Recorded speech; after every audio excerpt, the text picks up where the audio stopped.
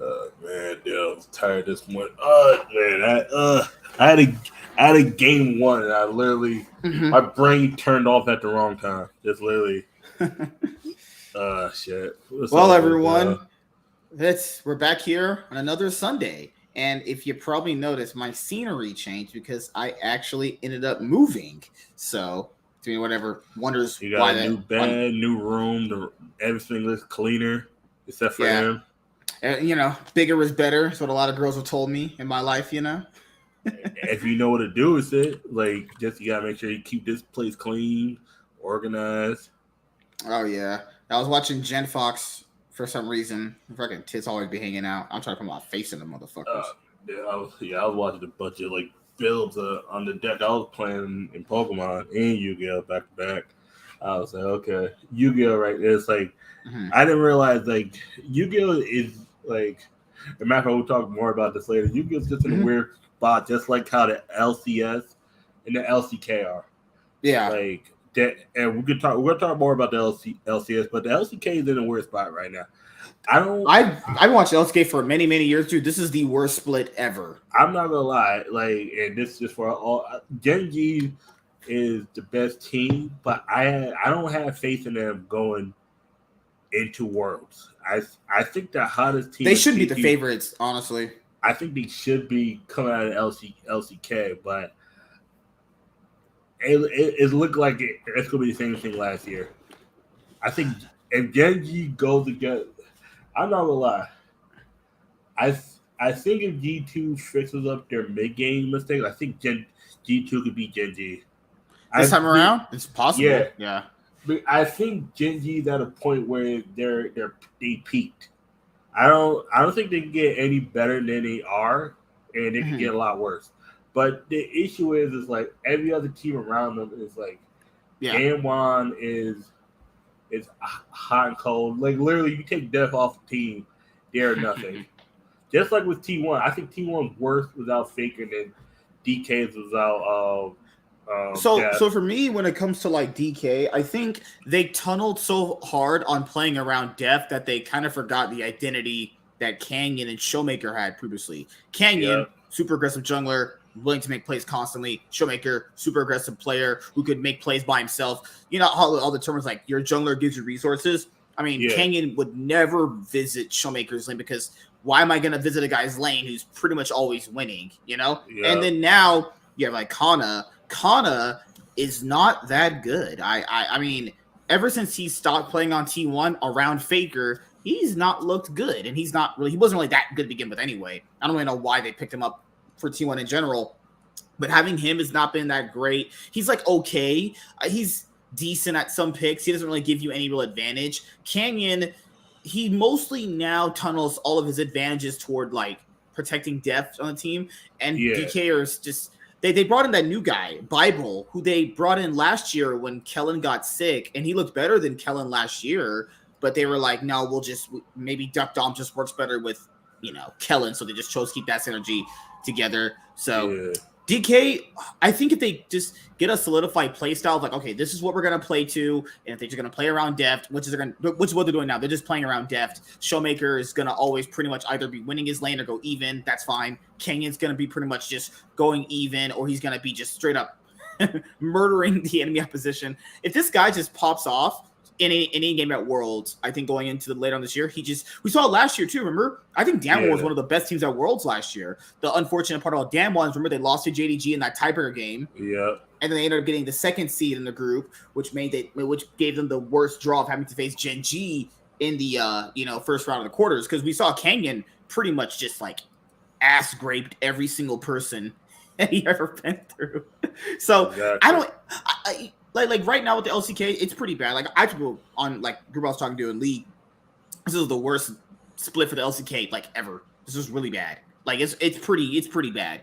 Like, will these teams be highly ranked going into Worlds? Yeah, because like I mean, I'm Yeah, not gonna put like DK under someone like Cloud9. I wouldn't do that. Like I yeah, wouldn't. I'm not putting any of the LCK teams below like most LEC teams if I'm being honest. Or, like if Fnatic and me, like Fnatic we'll talk about them later, but like yeah, if yeah. Talk any about another. insert Like on any another insert show. LEC team, like would someone in their power rankings really put Team Heretics? They made it to World over like DK. It's like no, like the LCK is good, but they're just not as good as we know they really could be. Yeah.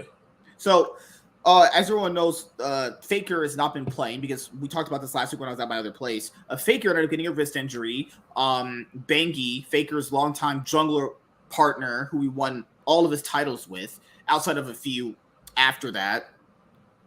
He's not the head coach anymore. He chose to resign, and it's been pretty much on fire for T1 at the moment. So they lost their head coach, longtime person, Bangi.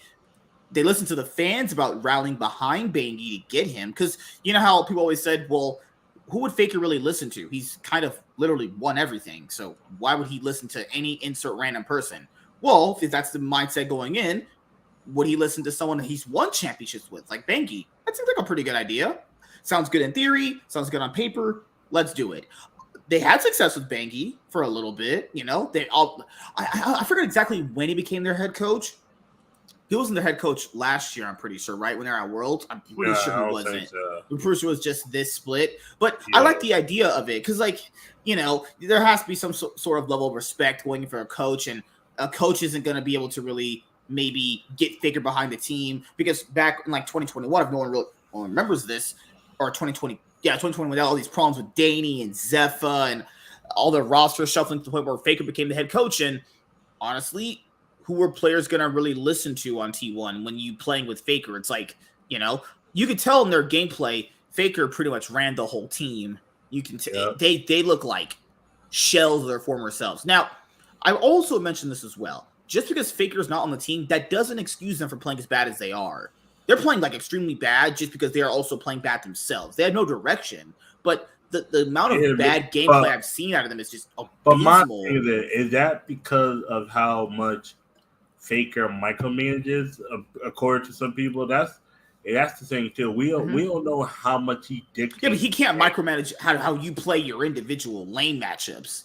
But he can dictate how you run. And sometimes when you take a vital piece out, you can still play the same way. But if you don't have that secondary voice there, you tend to start getting lost. It's the whole thing. Where how sometimes you think they just lost their identity because they feel like it's hopeless without him. Yeah, because you can tell in the gameplay they just have no clue what they're doing. Yeah, because it's because we don't know how much Faker is down there. Just I'm gonna give you a rundown of this. So Faker has won a lot in his career, and the only player that I think has had relative success outside of playing with him is Peanut. And even with Peanut, Peanut's only ever made world finals with Faker. So Bangi, after he won the 3 worlds with Faker, because back in 2015 they were playing with EasyHoon behind Faker because EasyHoon had strengths that Faker didn't have, and vice versa. EasyHoon was actually really, really good in season 5 too. So this is back when China had relegation. So EasyHoon and Bangi go to Vici Gaming for the LPL in season 6 actually, and then they end up getting relegated. And everyone blamed Bangi for it. And Bangi played really, really bad. Oh, he was also kind of bad going into that year anyway, but he ended up getting kicked. Vici Gaming ended up being relegated. EasyHoon ends up becoming coach. EasyHoon, no success without Faker. Bangi, no success without Faker. Bang goes to 100 Thieves, pretty much tanks that fucking, roster for almost the entire year. Wolf leaves SKT, goes to Turkey, pretty much tanks it there, griefs his chance of going to Worlds. Who else was there? Oh, there's many players. There's a guy named Fall at one point. After he left at SKT, it's a nobody. Effort at one point on SKT. Effort, he's at support on Bro. He's on Bro, isn't he? Yeah. He was on SKT at one point. Won championships. Worthless now. Nothing. He ain't doing shit. There's a lot of players who play around Faker and have left T1 and just don't do anything. They just flat out are just. So so you start thinking to yourself, Faker must be bringing a lot that people isn't seeing. I'm not talking about just actual gameplay itself, like you're actually playing the game. I'm talking just his presence, maybe how he talks to the people in the game. He has a massive presence, as we can see. My saying also, instead of calling the Faker or Michael Jordan, we should probably be calling LeBron, because think about it. LeBron's the kind of person. Michael Jordan, didn't he micromanage some of his teams? He did, but the thing is, he left and the teams were still relatively good. When he retired that first time, it was just him that retired. Some other players left, But think about it, the Bulls only won 2 less games that year.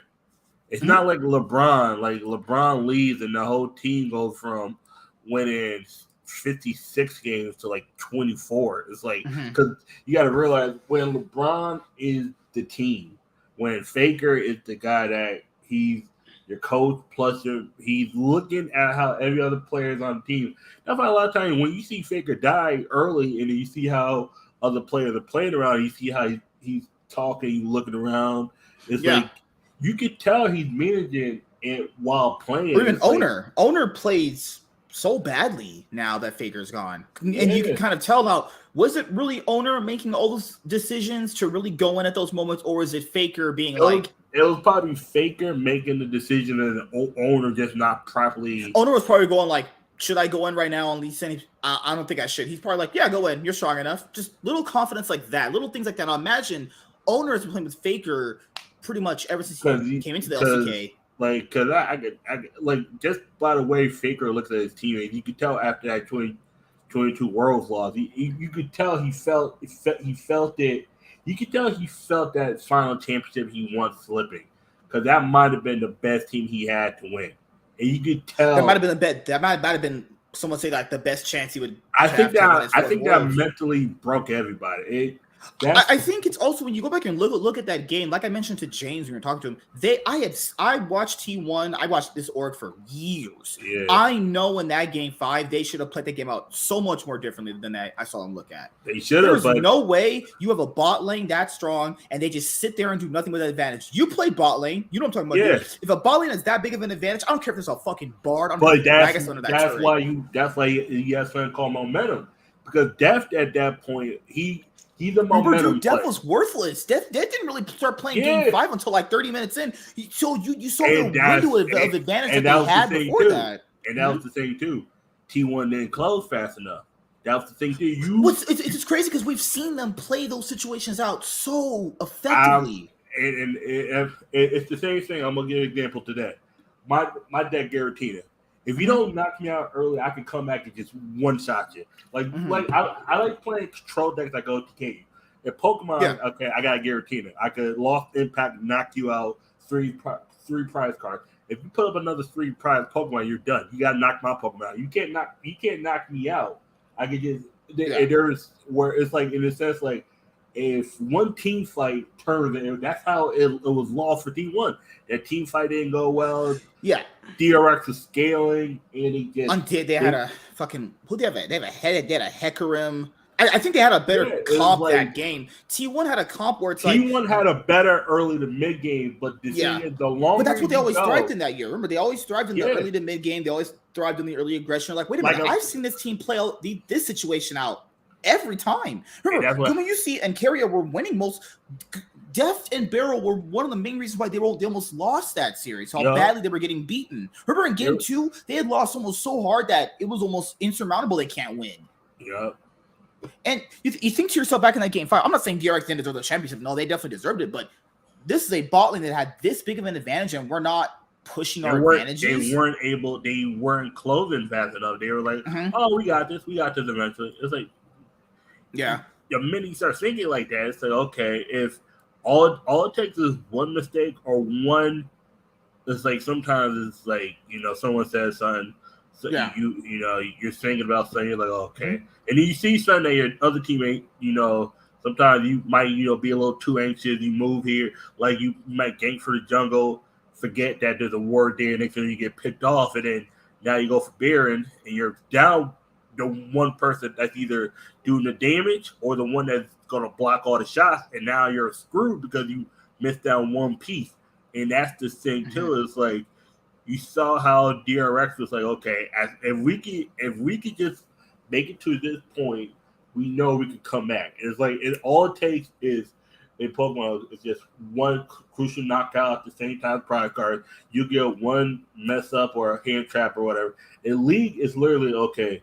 Let me see if my opponent could get this Baron, or okay, does he miss that where he misses a alt shot, a crucial QW, a gank? Does he flank one way, but I was able to catch him? Does he have a jungler whose flash is not up or smite is not up in time.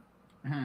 It's all those little things. It was like, and T1 had it in a sense where it's like they had the game, but it wasn't conclusive that they're going to win. It was like if they do everything else right, they should win. And DRX had it's like all you need to do is catch on one time. It was the whole building blocks, and we're gonna speak about how sometimes you catch it like in LCS. It all it takes is one little slip up, but the LCS is different because if those were two LCS teams in the finals, the team that was still ahead would have won. Like if T1 and DRX were in the LCS, T1 would have ended up winning because most LCS teams can't. Because my thing here, when it comes to ultra finish off the LCK, I've seen that situation happen before. Either it fully collapses and they don't make playoffs, or they make playoffs and fail out completely, or they simply just, how will that happen? And they just rebuild for next year. Because I'll be honest here, even if they make it to playoffs, because people are like, oh, I want to make playoffs. Why would you want a team that bad in playoffs, though? That's just a free win. I mean, like, are we going to just... I mean, as a fan, you want them because you get. Oh yeah, as a fan, yeah, and even as a competitor, because sometimes free win is just all right, cool, it's practice. It's like you just all right, cool. Just make sure your brain's not turned off. Because now you're thinking like, well, this is not a T1 with Faker. If they get into playoffs, if we can simply just play a few things around them, we just simply win. It's like, well, and to be fair, even if T1 aren't in playoffs, it's like, who else would really be a suitable replacement for them? It's like the bottom LCK teams are pretty bad. Like, would I really want Nongshim over them? Not really. Would I really want Bro over them? Maybe Bro. Bro has had some surprising early games. They can't close out nothing. They're not good enough to close out. They can't even get to the mid game well enough. Yeah, sometimes. Like they'll have like really good early games. And you're like, oh, okay. Oh, wait a minute. It's 20 minutes. You ain't doing shit. What is it? How many teams is in the LCK again? 6? Now it's 6, yeah. Okay. Thank God it's not 8. Because it was before was 5. Oh, Jesus. Okay. yeah. Thank God it's not 8 like the LCS. Year. Thank God it's not. They changed it last year. Yeah, last year they made it. Thank God it's not like 18 like the LCS, because then the team won't just be automatically locked in. But it's like because it's like you look at it. Okay, we already know 2 teams are getting in. KT and Gen G. That's probably going to be the finals unless DK. I don't see DK doing anything. It's like I see. This how it is. It's either I don't have no faith in Hama Life doing anything impactful. Oh, I wasn't thinking about them. That's an afterthought. They're trash. To me, how many LCK team goes to World this year? 3 or 4? 4. Okay, T1 might just make it in there by default. Based on how they're playing, because who else do you put over them? Like, it's not really who you put over them, but more like who do you think they could actually beat with their current level of gameplay? They don't can they beat Hama Life right now with their current level of gameplay? Can Hama Life just not fuck up long enough? That's the biggest thing with Hama Life. Yeah, Hama Life, we don't know because they're not even a coin flip. It's more like some days when you kick a can down the road, someday it might pure up this way. Some days is it permanently up or is it permanently down? That's what Hama Life is. Yeah, they're either permanently down or they're just up. That's the thing too, because I'm gonna put 3 teams in the world. So I'm putting Genji, KT, and I'm putting DK. I don't have faith. So you think it's going to be a fight between T1 if they make playoffs T1, and Hama Life? I don't see T1 not making playoffs. If they don't make playoffs, they're blowing up the whole roster. Yeah, I've seen Team Up. They are not an org that does. They're not. I'm watching right now. They are not an org that does that. They're not an org that goes, we'll keep these guys. No. The org. I'm gonna tell you right now. If Faker goes like 0 Dark 30, doesn't hear anything, there might be a good chance he either stays but doesn't play every game, or he retires. Did they say when should we hear an update around Faker? He's off for like 2 weeks, right? Yeah, they're not. He should be back next week. For them, yeah. Should be. That's the problem with these kind of wrist injuries. Is like, he might be back after this might week. be, but it's like, and then he has to get reacquainted to the team. He has to kind of like, My thing is it tendonitis? Is it like carpal tunnel? What kind of injury it is too? If they haven't really, we don't know yet. If it's if it's one of those things where his wrist tighten up, this is gonna be his last season. I've seen those injuries before. Those injuries don't heal well. They take a while. It's one of those things where this team would just shut it down. It's like I don't think they're a team that would just shut it down. With this T1 roster, since it was a pretty young roster outside of Carrier, who'd played with Chovy and Deft previously at in 2020 for DRX. Outside of Carrier and Faker, people don't understand this is the first org a lot of these players have played on. Guma Yusi, only org he's ever played with. Zeus, only org he's ever played with. Owner, only org he's ever played with. There might be a world where Gumi Yusi and Carrier stay. There might be, and I'm looking at it like this. Okay, T1 is weird because these guys have never even tested free agency. Zeus on the free market. Okay, who contract ends up being it's owner. The only one it's owner who had the 2024 extension, but in esports that doesn't really matter. Those could just be null and void for the most part. Definitely up this year. Pretty much all everyone's except for fakers and owners. Yeah. Okay, that's mean. I know. There's a good chance he was gone. My biggest thing is say T1 just says fuck it, we'll keep the whole team and Faker will be our coach or son. I've seen Oregon team just like put a player as like a consultant where he. Because the thing here is like people would think like, well, who could you replace them with? I mean, given how they're playing right now, you probably think otherwise about that. No, you could replace them with pretty much a good amount of people. At this point, because it's like, okay, you just need someone who's a leader. Because at this point, because I remember you say you want support Jungle to be a leader. At this point, fuck it.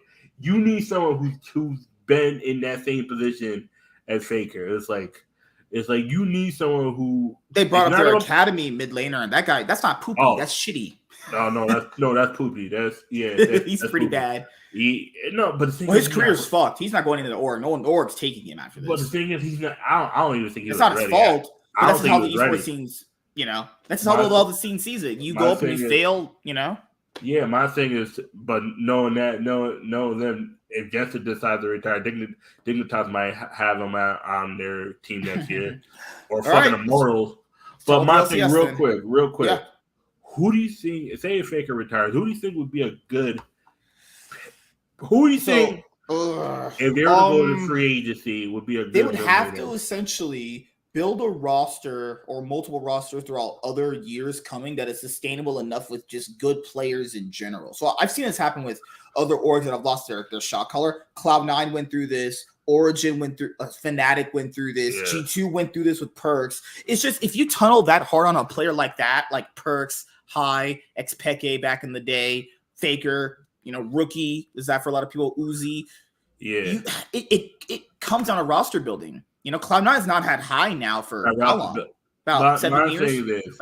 Last time Cloud9 had High was in 2016. Yeah, but 2017, 18, 19, 20, 21. Sometimes all it takes is just one piece. It's like you come in. Yeah, it also goes down to your scouting. Because if like the Bulls, they eventually rebounded back without having Michael Jordan for all those many years to a certain extent. You could say. It took about like 6 years. It technically took 10 years because I'm not including those years with Ben Gordon. Because people need to consider this. It takes if an org tones on a player that hard as their main leader and shot caller, you're gonna have to go through years where you're gonna be probably a little bit trash because you have to kind of build up a good enough roster to attract other good players to come. This ain't the LCS. This ain't the NBA. We don't know how long Riot Games go. Oh yeah, but that's why.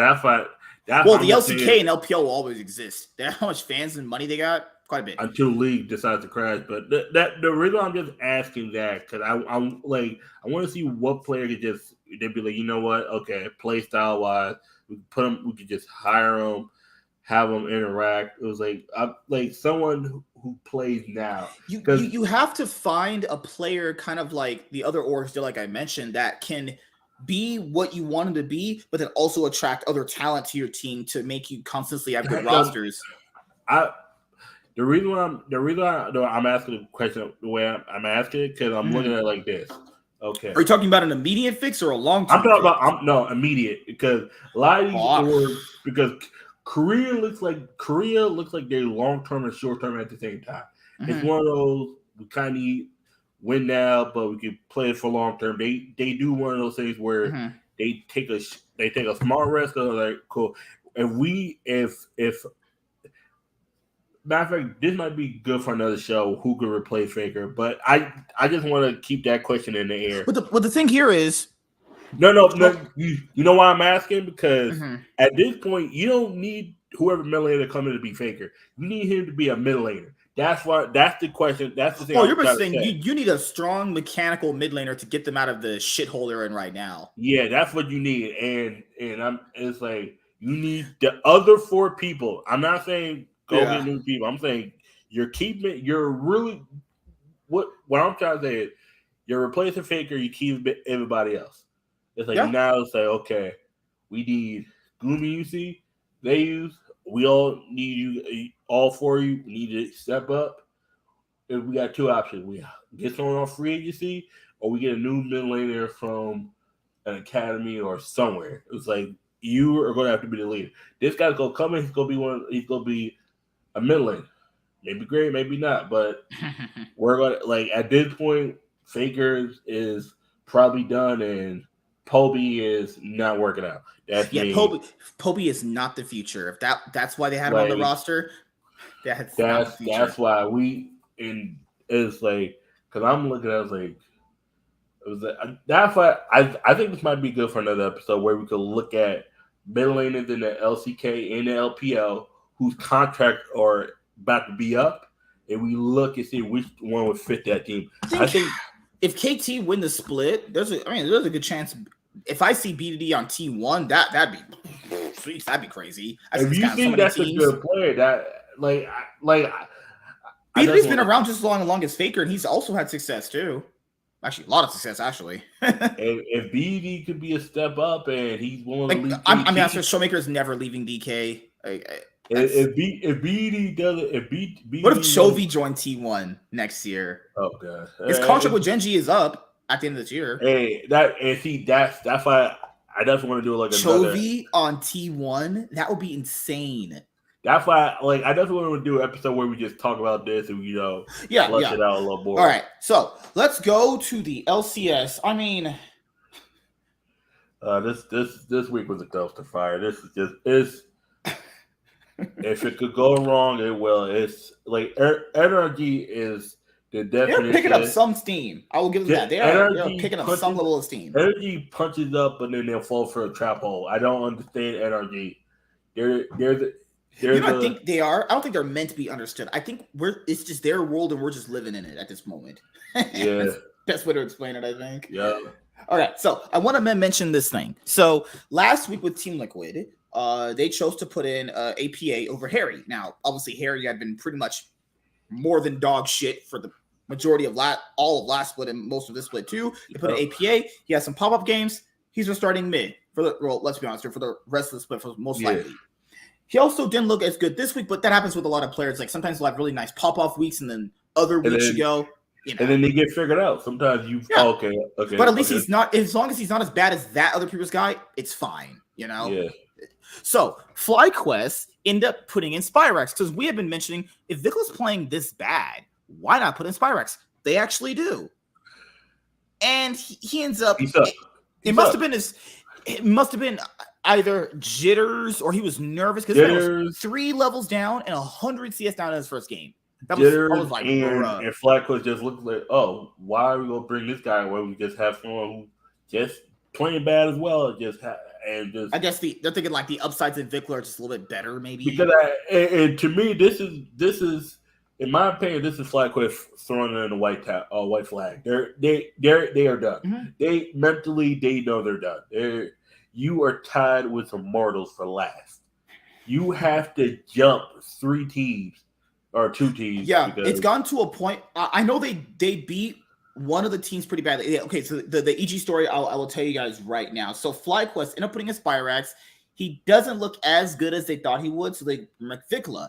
Then an hour before they play their match against Evil Geniuses on Wednesday, I'm at like work and shit, and I'm reading this, and everyone sees my tweet. I'm sitting here going like, bruh, this org has been just I don't know what is with them this year. Just taking massive L's. They just There's don't just know. no reason. Just bad decision making. I want you guys to read this. And well, EG looks stupid after this too. But we'll go into that in a second.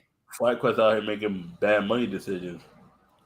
All right, so here is what happened. So after Spyrax lost his game on Wednesday, this is for Thursday. So I'm at work and I'm reading this and I'm going like, bruh. So this is what they said.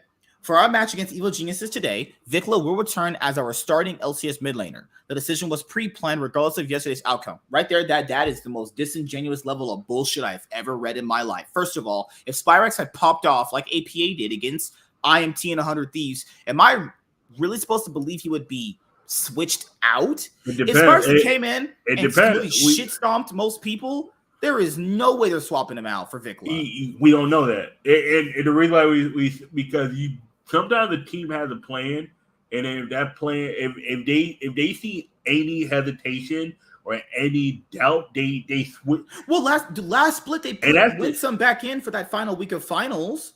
They didn't think they had a chance with Alex. Yeah, but you remember we heard the stories how the what the fuck was it the scrims were just. They said they were losing 15 minutes in. They said FlyQuest lost the game after they lost the second team hero fight, and the other team just went down and beat them on some like Mad Lions T1. I was like, wait a second, you lost all the there was games. Speaking of it, there was games we lost, and we never had a bear fight. It was just like, oh, okay. I'm like, so, that I don't want to hear that. I do that. I want to make sure that if we put this into context, so we're supposed to believe as fans of the product that they're putting out that they would have swapped out Spyrex if he had popped off. Okay, I'm not buying that. I guess I'm not buying it either, people. But I can't prove that they're lying. It just sounds that sounds like a load of horse shit. It just makes me. It makes you go, wait a minute. If this was already pre-planned that he would sub himself out after Vikla, if he had lost, regardless of the outcome, if he would be out, if Vikla would be back in, then you're thinking to yourself, what is giving him a single game? And he look. I'm just my so thing confused. is, my thing was the thing I'm questioning is why you sub Vikla out in the first place. Then because giving a guy because it's not just unfair to that guy's career. Yeah. He plays that one game, he looks badly. Now his LCS. Up his chance in the LCS potentially over. See, that's the angle I'm looking at. I'm looking at it like, why'd you sub out Vikla then? Unless you have no faith in either of these guys and you wanted to see how Spyrex was. Because I've seen not teams, but I've seen orgs in baseball do this. They'll bring up somebody for the minor league they think is great, expose them because someone in the org does not like them. And if teams don't want to sell him, he goes back to the minor league and just never makes it back up. I've seen that happen to guys. Because sometimes you rub someone the wrong way, and now in this day and age, you not call somebody by the right pronoun to get it's oh my god, the minor league, the MLB is a BS. And so I think that's not happen with Spyrax. We don't know. Yeah, so let's try and get a mind of what's going on with FlyQuest. I'm gonna say this real quick. FlyQuest ain't shit. If it turns out that they screwed over both of these guys like they did Wisdom, matter of fact, I'm still tilted all FlyQuest because of the Wisdom stuff. Yeah, because the thing is, the way they treated Winsome and the way they're doing this situation, it's like, wait a minute, they just mismanage all their players potentially. Because I'm supposed to truly believe that if this guy went out there and he just started popping off, he's supposed to get subbed out for his great performance. Who they revealed right here, they were screaming with him. They said, we were incredibly proud of Spyrax for jumping into practice this week and showcasing a strong performance against NRG. He didn't. He actually stunk against NRG. With the high-level gameplay, he created an LCL this summer. We felt like it was right to recognize the reward with the opportunity to LCS. So they must have scrimmed with him and went like, okay, he's got something there for himself. He's got something there. And it was big enough for them to go, hey, Vikla, step out for it. It was like this. It was like, okay, let's give him this one game. Because sometimes they'll do that. They'll bring you up in baseball. They'll bring you up just to have you play one game, or in baseball, one series. And then okay, he struck out 3 times, but he had 2 hits. All right, cool. Let's And put it then back right out at the of the bye bottom, league. they put, we will continue to evaluate the best starting roster for our LCS program for the remainder of the split. That's also debatable, I guess, too. But it's one of these things where, okay, they They only got like 3 games left. I got no faith in them making playoffs. Right. At this point, you have to go, what, 7-11? They have to go at least 3-0, and then have to hope other teams start losing to each other in a certain way for them to even make playoffs at this point. They have to hope one to see. They have to basically hope 100 Thieves just drops other games, and other teams just win out, essentially. You know, the bad thing is Dig and one to see play each other this week. That's mean one of them's getting to 7 wins. That means they have to hope the other team. They have to hope they go 3-0. IMT goes on 3, and Dig or one of the Thieves go on 3 as well. Because if one of them teams gets to 7 or 8 wins, FlyQuest is just pretty screwed. Yeah. Yeah. The thing here is they screw over Spyrax. His LCS opportunities are probably messed up at this point. Yeah. Because we know how the LCS is super nepotistic. We know how badly that is in the scene. So they screw over Spyrax. What have you done for me now? They are result based. They see you if they see you playing decently in the Challenger League, and then you come up and you stunk it up here. Oh man, it's. So they bring back in Vikla, and they're probably thinking like, "Oh, we brought back in Vikla. We won against NRG, or they won against I forgot who they played after Wednesday, but they won that game against TSM. I think it was against TSM. I think it was.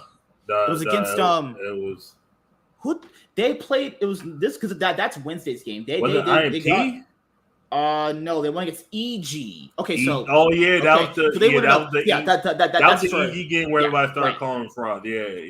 So that's the story I want to go over. So this was Wednesday where they fuck Spyrax over and they get completely shit stomped in that game. Woo. After that, EG, because people thought I was just gonna flame FlyQuest. Oh no! No, EG gotta get flamed too. No, evil geniuses. Oh no, evil geniuses. They thought they were the shit. This dumpster fire or treating players like shit, they had the ball and nerve to put this out there. And I love that. I was actually rooting for FlyQuest to beat them in this game because FlyQuest ended up actually beating them in this game. So in retaliation, EG thought they got game. They thought they could come up here and start talking shit. So evil geniuses, because this was relation to the FlyQuest tweet. Oh yeah. For our match against FlyQuest today, Jojo Pion will be our starting mid laner. This decision was pre-planned regardless of his Kaiser performance yesterday. We're incredibly proud, blah, blah, blah, blah, blah. So after this, they get curb stomped against FlyQuest. Absolutely shit stomped into the dirt. Like actually, Prince takes his Korean fist and shoves it straight up in Unforgiven's ass, digging all his shit out. And Impact teaching Revenge how to play top lane. Yeah. Oh my god, that was Revenge's worst game. I'm sorry. Right after that, Armel was damn near not existent. Right after that, Cloud9 went evil geniuses. Maybe so. You remember that the Jack T9's owner? He tweeted at him that little emoji with the microscope. EG, maybe you need to reevaluate your starting roster because you guys are frauds. I know you've been frauds the entire split. I think Unforgiven is good, and I think Jojo Pion is good. I think Cloud9 is a little overrated. I don't think they're the best team in the LCS right now. So Revenge to this whole entire split has been bad. Revenge this entire split has been either just on Scion duty because he's just simply irrelevant, or he just goes so even and he still is worthless. And the last so EG at this current moment had been on a 5-game losing streak. They have been it's one of these teams where people didn't think they were as they had a good start early on, but then you start thinking to yourself, wait a minute, these guys aren't actually good. These players are actually Armel was not that good. No, this is what I think. I think when you give team enough time to prepare, they are good. This is why I'm starting to think with evil geniuses. People are starting to figure it out because they play a very simple comp. They have no pop-off players. They really don't have any like traditionally a lot of these great players are not pop-off players. Like that's why I was confused that we're getting wins because these guys aren't that good. Because they know how to team fight. That's the thing too. EG do a lot of simple things right.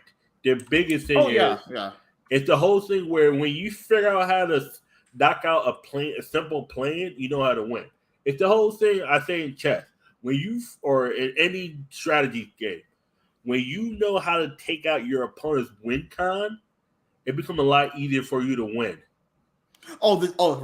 Right here. So yesterday, evil geniuses took it upon themselves to make fun of FlyQuest. We at C9 thinks it's wrong and appropriate, so they decided to just piss them. EG losing, you love to see it.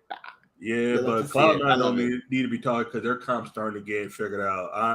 I like Cloud9, and all that, but Cloud9 should they just need to just focus on their game because their comp's starting to get figured out too. I'm not saying no one's allowed to talk shit, but EG, you've been almost frauds the entire split. I wouldn't be really talking shit. I don't think they're a fraud. I don't think they're that good. I think they were. I think they got figured out. I think when you give someone enough time to play against you, it's like a deck. It's like a Pokemon Yu-Gi-Oh deck. You give me enough turns, I'm gonna figure out how to beat your deck, unless I defeat myself.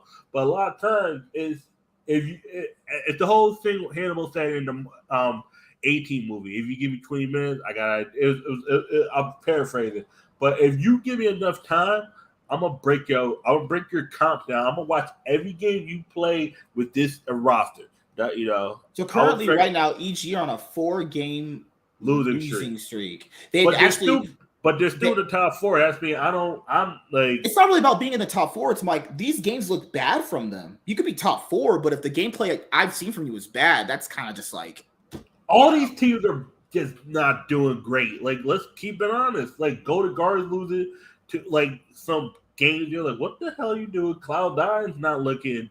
There's some games I saw at Golden Guards where I'm like, you guys should look a lot better than you should. That's what I'm saying. Like I said, it's the same thing I've been saying about League.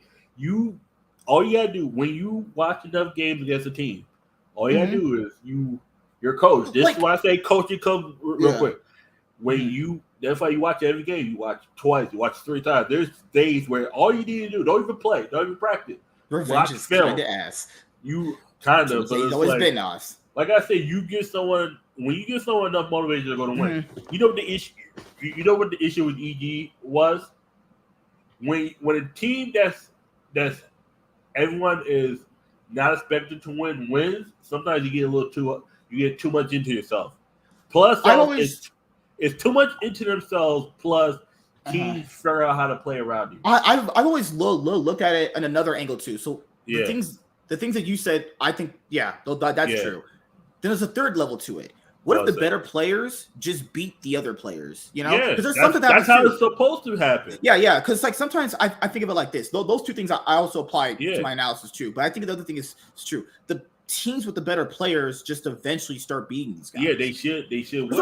On paper, Revenge, Ayla, and Armao are not good. Yeah. So at some point, you gotta realize to yourself. Ayla, I'm not sure because. Well, no, it's the way I would see it is like a lot of the core of their roster isn't that good. So if they're getting mediocre results, I think that's par for the course. That's what most people thought they would have coming into the split. It's just starting out now. But people. I hate how people think people can't get better. People can just practice to get better. They might still be shit, but they're better than they were the year before. Some of these players might have just got better, and sometimes I think they just had a good head start. Yeah, I think it's just starting to show the cracks of their roster. That's what happened. That's what I told Sean last week. That's what I told Sean last week. Armau's not. Why do people think that guy wasn't on a roster for all these many years? Was it because people were just sleeping on him? No, I've watched this guy almost his heart, but he's not that good. He was on rosters because he's okay. There's no real true upside to him. He's mechanically not that good. His smites are pretty terrible.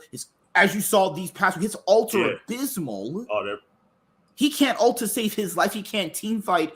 Why do I have him? Oh, maybe because he was on Cloud9. People went, no, he's better now. It's how much leeway you can have when one good org in the league just gives you like a lot of, what's that word?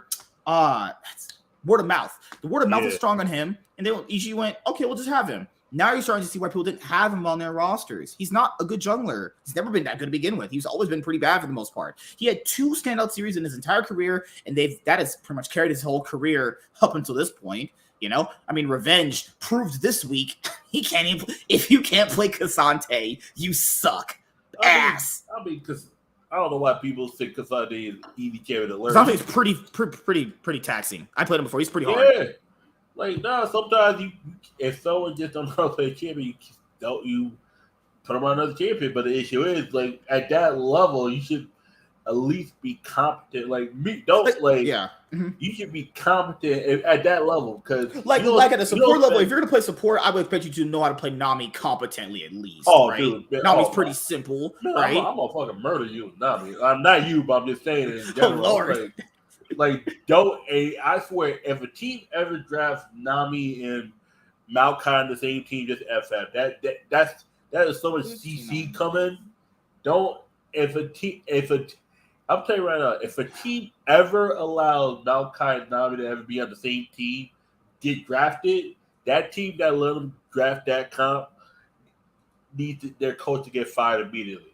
Like, you don't never let you want to talk about Nami C9, right? Yeah. So the TL game, I was watching it, and it was actually the scoreline. I'm not going to tell you this. It was actually a game where they. Back to the thing. This is how bad the LCS is, people. Yeah. If a jungler comes down to your lane with a dive and he fails it on Lee Sin, he dies level 3. There should be honestly no situation in League ever where you should be able to have a situation where you can come back to the game. Ever. Yeah. Your jungler, if you go and dive as Lee Sin, because Lee Sin's all early game, I don't care what casters say, he's an all early game champion. The game's over. You just fucked yourself. You're constantly going to be behind. You're constantly going to be under leveled. I just didn't see a world where TL could come back in that game. That's just how bad the LCS is. There's no situation. Go to the LPL, dive like that, and see if you're going to come back to the game. There's no way that's possible. That fight. You jungle. You know how to jungle, right? Yeah. Jungling's all momentum. If I you're, don't play Lee Sin. Like I know. Or just any jungler. Like if you're down 3 level, if you dive and you die like that, level 3, you're fucked. That's why Faker was on it. Faker don't allow Older to play Lee Sin unless he's playing the champion that can assist Lee Sin because Older is liable to dive. Yeah. And I think the biggest problem with Cloud9, as I said throughout the split, is there are games where Sven just is shit. People probably want to admit that beside of me, but there are games where he's just shit and Berserker's just carrying him really hard. I think Sven's a bad guy, right? But I think there are games where he's too over-aggressive, dies, gives an advantage away. There's games where he's not warding in certain areas properly. There's just, because to be fair, I can't, but he's not a real support. Keep saying he's not a real support. Yeah, just like Lucio. Phil. Yeah, he's a Phil support. Like I think the only support that move from another position that's good is Huhi, and that's but it's you look at that, it's like okay, he's a good player, just not a good support. There are games where Blabber's actually not a bad split for the most part. I think Blabber's had a good split. He's had a pretty good split for the most part. He's never actually had a bad split. He's actually never been bad. I'm starting to realize sometimes he makes some decisions where it screws him. Is what you said. Is his decision making. He's through all the splits I've been watching him. I remember I watched his very first game in the LCS. He's actually never had traditionally a bad split from just the entire. He's never had a bad split, but he's had some plays. He's had weeks where he's looked bad. Like he's had games where he looks like shit. Like you're looking like, why would you do that? I was like, Menace has that too, where he'll look fire weeks on end, but then he'll have games where it's like days where he plays Gragas and he just goes 0. You're like, okay, bro, you're not getting Gragas. First of all, I've seen a Menace play Gragas. I'm like, this motherfucker. I'm like, wait a second. Where solo queue a Menace playing Gragas? This motherfucker looks like God tier. When he plays it on in the LCS, you're like, is this the same Menace? Because you saw the Menace when he played Jace. The way he played Jace against 100 Thieves, honestly, he's one of the reasons why they won that game against 100 Thieves. He was playing Jace and doing his shot glass combos were great. I'll tell you why they won that game against 100 Thieves. 100 Thieves' brain wasn't working that day. 100 Thieves had a good chance of winning that game if they had actually played up to their comp, played their comp a little bit more. Because it felt like when they were playing their comp, it felt like they didn't understand how strong they were at that moment. No, they had a window in the game where they actually could have potentially made it closer than what it looked like. The game was pretty close, all things considered, So that's why they would think with the Menace is he's good. There's something really wrong with him. He's great. I think is where him.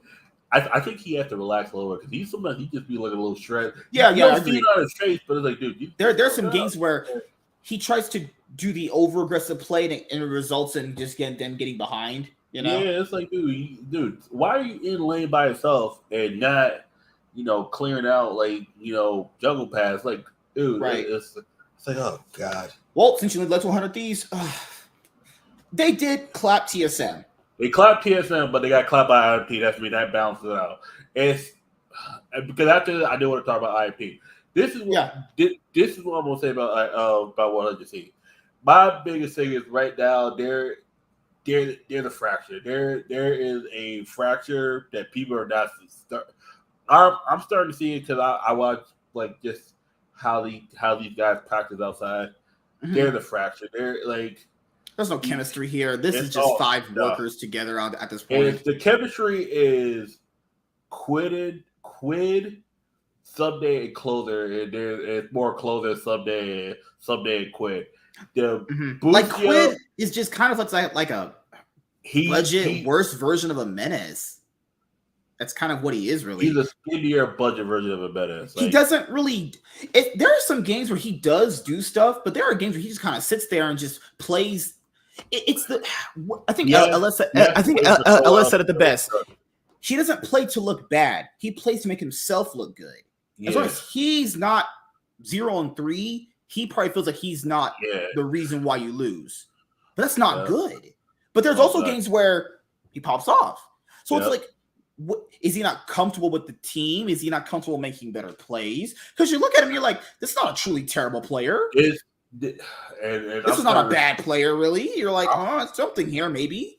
I'm starting to think I was like, dude, they should have probably found a way to keep Bearded or find somebody from America. No, because the whole thing was Quid is they took too long. It was just someone said they should have got Ruby. I was like, okay, no. They're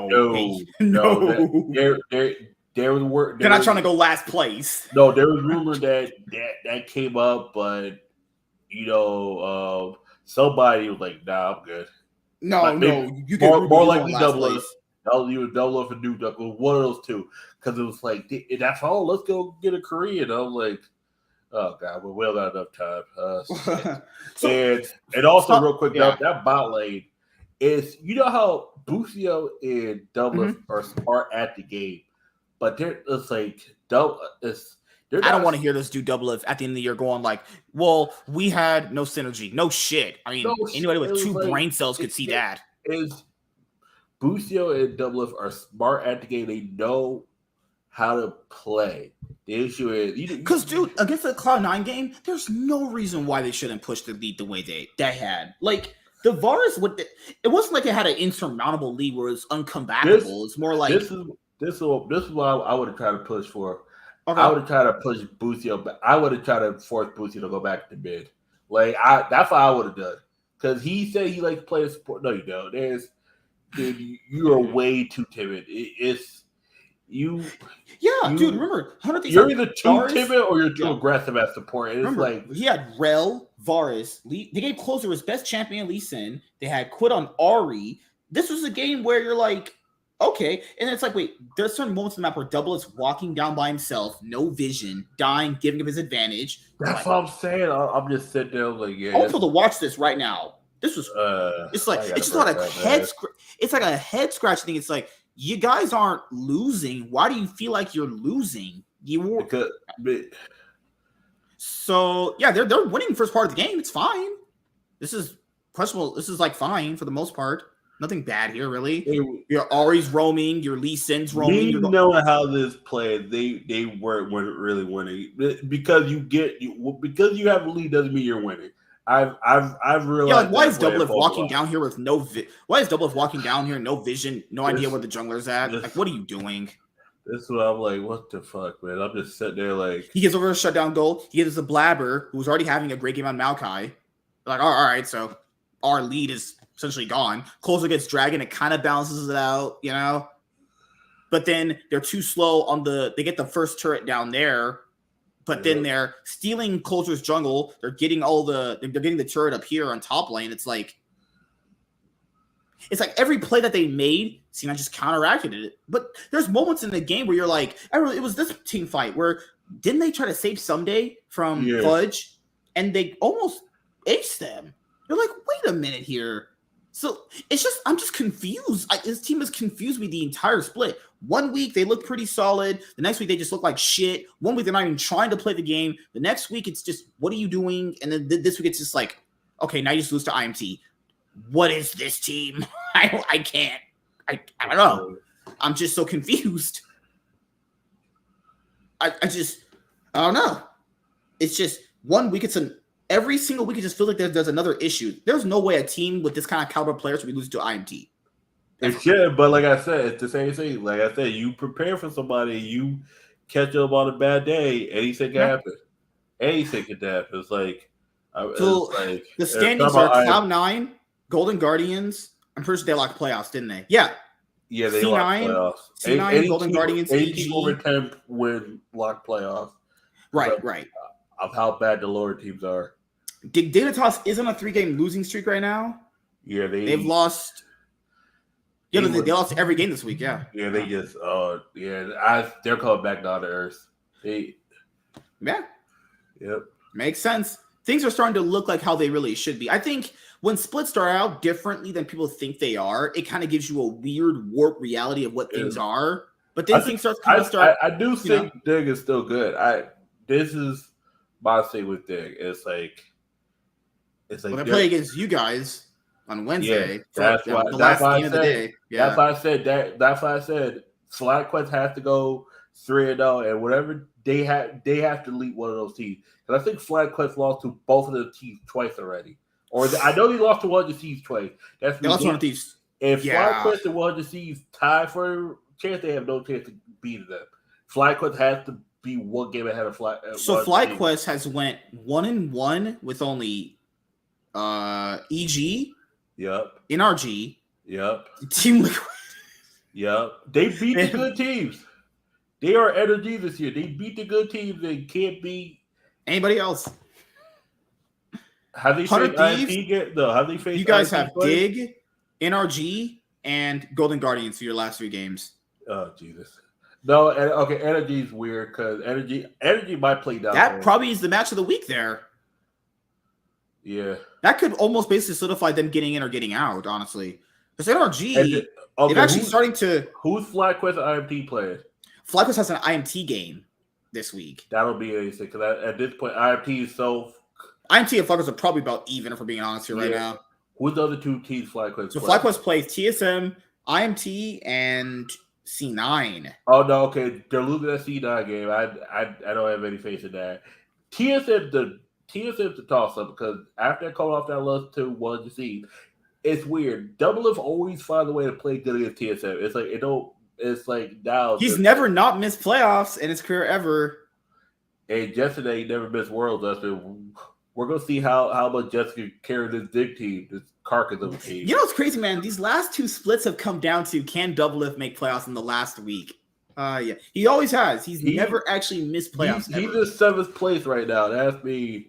I mean, to be fair, if they win 2 games, they're pretty much good to go. Well, 9-9. No, right? no. I think you guys should be in split now 8-9. No, I think if they win 1 game, I mean, if they win INT, they're 7-8. Also, this also is pending other teams winning too. Like if other teams win in a certain way, who does IMT face besides Fly? IMT face EG. Okay. And give me 1 sec. NRG. Oh God, those are all. But I'm being honest, do you really want IMT in playoffs? No, but it's like those are all core toss teams. You don't know what the fuck you're gonna get from. And NRG might end up losing to IMT because NRG is just that team. Oh well. We could beat C9 and they get fucking clapped by IMT. I don't understand this team. And EG's the same way. And then this week, NRG goes 3-0 and they actually look pretty good. You're like, wait a minute. They play up to the competition. They went 3-0 this week. This was their first NRG is? Do you know who NRG is? They are the Detroit Lions. That's what I just figured out. They're like after the 2008 16 season. Yeah. They're a team that could beat the Packers, beat the Vikings, but lose to the Bears by 30. I don't understand our NRG. This team is just so confusing. It's like, how the fuck are you beating all these good teams, but then INT just comes in and just claps your cheeks in 20 minutes? Like, yeah, like what are you doing? Like, come on, so stop. Like it's like Ignar, stop. Like Ignar, what are you doing? Why? There are some Why? weeks Ignar has looked somewhat competent. Decent, and then there's just some weeks, something like, wait, it's like, why are you in lane by yourself just like double? Oh, Jesus. I'll be honest right now, NRG, they are so lucky they have Palafox and FBI, because if not, they'd be last place. This team would look terrible without these guys. Yep. And people were like, oh man, why did they switch out fucking Luger over FBI? Well, now you see why. You see why? Because FBI actually wants to win. Just the better player. Luger just wants to get paid. Know the difference. It's like, yeah, Luger is decent in a meta where if you just want to play utility like Jin, Ashe, Sivir, yeah, cool. That's awesome. But if you want to win a championship, you might want to grab the guy that's won one, obviously. Yep. Also, don't forget, NRG, this was the first week they went undefeated. Yeah. The Golden Guardian game was close, but other than that, everything else was pretty much text. Yeah, they just kind of ran through everybody.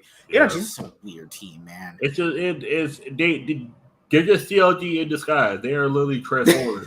No, because one day they'll come up and save the world. Next week they're gonna. Hey, like Doko tweeted, you can take the CLG out of NRG, but you can't take the CLG out of whatever that fucking thing is. It's true. It's true. Yeah, motherfucker, it's kind of logic. I don't understand you. You stink against teams that stink, but how I put it, you look like Crypto the Superdog versus IFT, but you like Superman. It's like, oh, okay. It's you look at that, it's like, damn, these teams are just. Because like I'm afraid, because I definitely want to watch to see the LEC show on Thursday. Because whoever this fourth team, I don't think the fourth team from the LCS is going to beat the fourth team coming out of the LEC. Because real quick, I think these are my top 14. Not talking about what happened today. These are just my top 14. Act like if we didn't see the game today. G2, I think G2 is the best team in the LCS. I got XL. I think XL is the third best, but I just put XL there. I think Abadagi gave him some fresh air. I forgot who was their mid laner before, but Abadagi is aggressive. He's not like Vetio. He's not passive. Abadagi is like, hey, if we're not playing good, I need.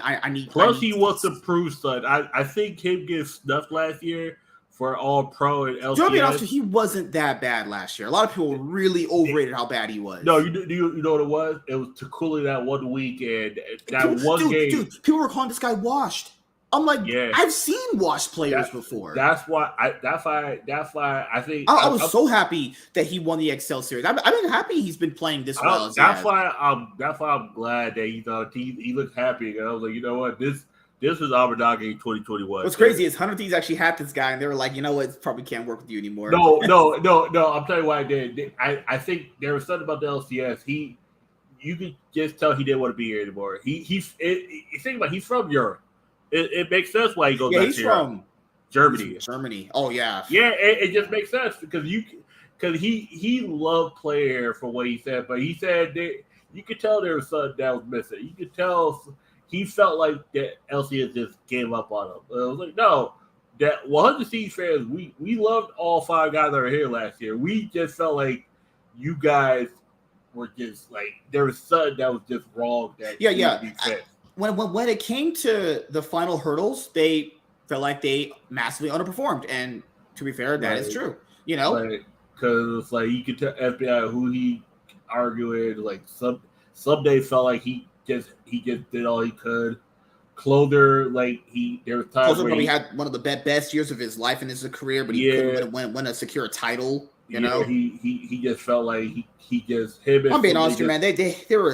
They were a better team than EG that won last year in spring. It's just EG. Oh, I don't want to talk about EG there. I honestly didn't think EG was that good. I think that might have been one of the worst winners we've ever had in a while. That EG I think to me, 100 Thieves I had them winning the split. I think, and that's what happens sometimes. It's a domino that springs. Well, to be fair, EG had the momentum the day before when Danny got that pentakill. So that spring split that win from or that loss from one of the Thieves carried over, and sometimes you can't. And sometimes it's like you lose. You just gotta move on. Sometimes it's easy to move on, but it's also hard because you're constantly thinking, am I good enough? It's like why did I not see this mistake? And you because people will harp on the mistakes 10 times more than they harp on the success. It's like, dude, it's the same thing today. That's why I went back. I just act like today didn't happen. I just went back, went on the computers, Yeah.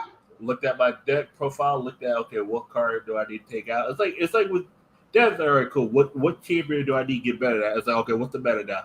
What champions do I have to be proficient at in order to like okay, what game? It's like and it was just you look at it now, you see him on XL. It's like they look great. The other two teams, I think. Yeah, you see how he looks on Excel, and this is what you always Yeah, have that question with rosters: is was he really the problem? the You know. other the other two teams.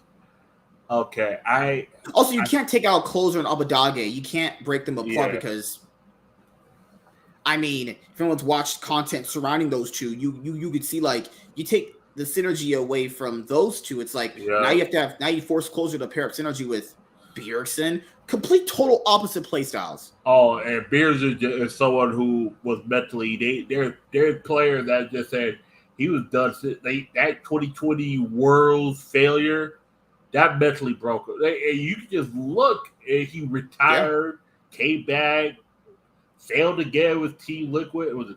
Team Liquid. That broke it. It's like sometimes you can tell with someone's spirit, just like man, his spirit was not in it anymore. Yeah. And he probably thought he could do it with that TL team last year, but Oh no, that was a dumpster fire. It's like the other two teams. I think BDS might be a surprise. It's weird. I don't. Part of me wants to end last but not least. I want to say Fnatic, but I think SK Gaming could make some noise. I don't think they'll be the first team, but I think they can make noise. Given how the brackets work, since if Fnatic want to face G2 and potentially in the finals, they would have to win out all the rest of their series to get there now. Yeah, because isn't based off that because I haven't finished watching the games yet, but XL and SK Gaming now since they won their upper bracket matches, they're guaranteed playoffs potentially. Almost guaranteed playoffs, obviously. So. And playoffs is what, top 4 teams? Top 4 teams, yeah. Okay, that's be all 4 of the or not all 4 that were guaranteed worlds, but they're all guaranteed spots. It's just what team gets what spot. I think. I see G2. I see XL. Because the thing is, do you really want these guys at Worlds? Though? I want XL and G2. I want the best teams, but I want the best Western. Teams, but is any of these Western orgs producing best teams quality this year? Probably not. Can I be honest? I kind of don't want Fnatic to be there. There's something in the back. There's something in the back of my mind saying that this team is not the best team. And you know what other team I don't want there either? Because to me this team's an actual fraud. Mad Lions. I think they got lucky. 7-game losing streak. I think Mad Lions got lucky in the spring split. Yeah, the same way you feel about Mad Lions is the same way football. I mean, obviously some of the teams in the LCS too, but Mad Lions shouldn't be going through this though. Unlike EG, Mad Lions actually have good players. Hillsing is very good. Harzy is on paper, right? Like just on paper, like these guys are good though. That's what's surprised to me. But is it fair to say that these players might be just done with the team? I think these players just don't work together, honestly. These guys are probably good, but these guys just don't work. Do you think that they're just done working with each other? Because I see players. I think they're done with the org. I think they're done pretty much working with each other. Did you not see those movies they put out on the YouTube channel? These guys don't have any synergy. Oh, hell no. Like, Yoya's literally fucking yelling at his coach, mocking him. Like, bro, they don't respect you fucking coaches. I think Elliot is pissed because Elliot wasn't Elliot supposed to be on G2 or Fnatic, and they botched that up. Mad Lions botched $3 million. I just don't understand. Make me understand, please. It was like at that point you just looking at it, you're like, okay, Elliot might have like he might just be like, all right, I'll be here, but I'm like F this. He's just trying to coast until the end of this year's over. And he just leaves. Imagine that he's good and coasted to winning a title. I just don't even know how that makes sense. Like, okay, the other teams are in the play. I got no faith in Corey. I got no faith in Corey. I think Corey's lucky because Koi's been done ever since they got rid of when they got rid of Otawamne. That's the roster started falling apart. I think Koi has been good since they were rogue. Like ever since they got rid of Otawamne and they started tolling on bad roster decisions. Whoever's been making these roster moves is tanking the org. Plus, whoever changed the name from Rogue to Koi, there's a curse put on that team. I'm sorry that plus honestly, if Vitality did not give up on the season, I probably would have had Koi not making the playoffs. But Vitality, I don't know what to think about Vitality. Thank God they're not in the playoffs. Jesus Christ! That team. I hate people say, "Oh no, they were clapping us in scrims, bro." I think players would be lying sometimes. You know, every time I've lost in practice, and then when the game was actually counted, I would just beat the hell out of you. Dude, think about it this way: if a team's that good in practice and they just can't play on stage, either these players are lying about what's going on, or these guys are just fucking frauds. Yeah, one of the teams is true. You can't be that good in scrims, and this team, if they're this good in scrims, as we're supposed to believe, get one win. They got one win. And they're this good. No, you guys are capping because they don't want to upset Perks because Perks has so many connections in the scene. You talk shit about him, yet might not get on a team because that's how nepotism works in these scenes. Yeah. There's no way that team was that good in scrims. I don't believe people. I think they're lying. I'm sorry. I haven't said this yet. I think they're lying. I believe some scrim results are true based off the stage performance because I think scrims should translate to somewhat of a decent stage performance. They're winning this many scrims. They're apparently better than G2 Fnatic in scrims, but they got one win. On stage, it looked like they all just wanted to fight each other. Oh, yeah. I don't believe Vitality was any good in scrims. I think, honestly, people just didn't want to say they were bad because of the connections they have with the players, or they might actually like them. They might actually be as good as scrims. Yeah. I'm telling you, because sometimes these teams might not take it seriously, and then when it comes to taking it seriously, sometimes some teams just people just play differently in scrims. This is how it works, you know. Think about this. They said the last year Flight Class was good at scrims, and then you saw and then stages. Or no, vice versa. No, Flight Class was trash at scrims, and they were better on stage. People. Yeah, and then now it's the opposite. We're beating teams at scrims, and you see how it was like okay. Yeah, and that's the whole thing. It's like you look at these teams, it's like, okay, this is bad. It's like with the LCS, it's like because you look at the top 4 teams in the LEC, it's to me it's gonna be G2, XL, SK, and possibly BDS. It's either BDS or Fnatic. You think Mad Lions are gonna do another lower bracket run to finals? I don't think they got it. Not this split. No way. I think they're done. I think there's something that's just boomed and they're done. Because a roster of this level of caliber of talent should not be going through this much turmoil. You think? Yeah. Like the players on paper are pretty good. Like I was even questioning when people said, "Oh, well, we shouldn't be really going to international events." Motherfuckers have Hillisang and Oyoya and like. I don't know where people got this idea where these guys weren't supposed to be better than what they are. This is a lineup that's on paper pretty solid. It's just the fact they just honestly don't play very well together. It's just like that's what people thought going into the split though. People going into the split were like, this roster looks good, but the play styles are just so two inking motherfuckers on they saw Worlds and it's like the whole thing is like Heretics. Evie is so bad. It appalls me. Evie's the reason why they lost games. Every reason why they lose everything. But they improved their whole roster. Dude, they improved their whole roster and Evie's just sitting there going like, all right, I'm tanking all you guys. Evie, think about this. Evie literally he got soloed out in the top lane and just never came back to the game. Never came back. That's every game, unless he's playing Renekton. No, but this game 3 today was just. Oh, dude, I expect that out of him. I don't expect him to play good at ever. Watch game 3. It was game 2 or 3. It's one of those games where you're like, what? Okay, all right. Yep, okay. I think it was game 2, but it might have been game 3 because I was watching those back to back. He's such a dirty inter, and people go, but he had a good Renekton game or a That was the only game. That was the only series to go get 3 games, and that was because Team RI caught BDS slipping game 1, and BDS was like, okay, that was our turn. Oh, dude, Adam 1v1. No, it was Adam. Yo, fuck it, yo. First of all, Evie should have had Adam dead to rights and just Evie's. Oh, it was game two. I think it was game two.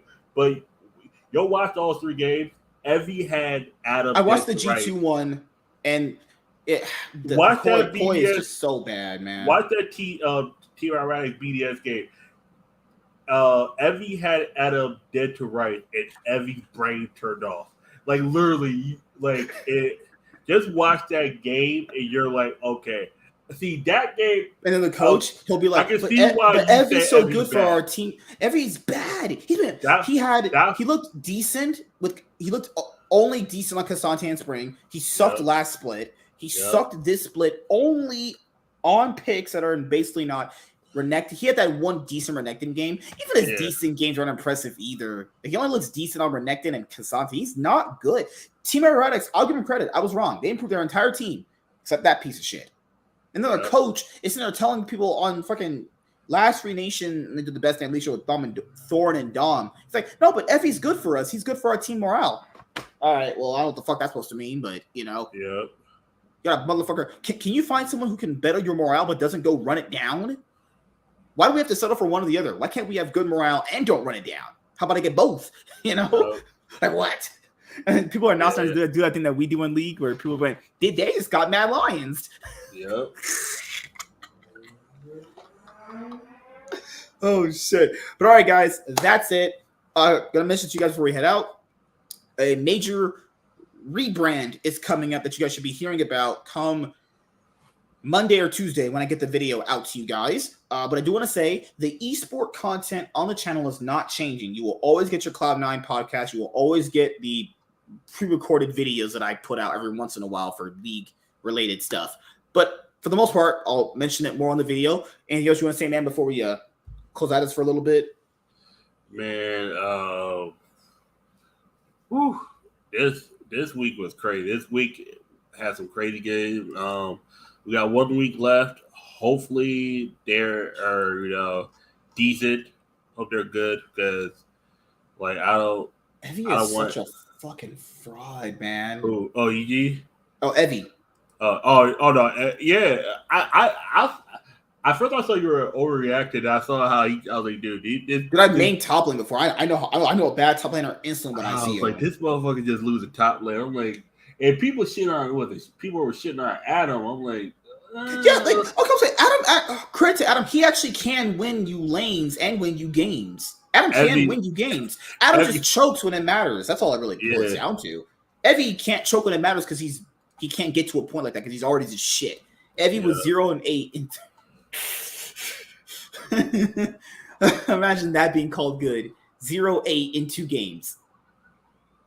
Yeah. But I guess it's just people's standards for what is a good player in League have dropped so massively in many years. I just go, okay, you think a bad player is good? Cool. I think he's shit, but that's just me personally. Yeah. But that's pretty much it, man. All right, everyone. We'll see you guys for the LEC recap. Me and Sean should be doing that Thursday, but if not, we'll talk about it again on Sunday. So like I mentioned before, if we don't see you Thursday, we'll see you next Sunday. Thank you guys for your support. It means a lot you guys are still here. And yeah, when you're watching the replay, comment, like,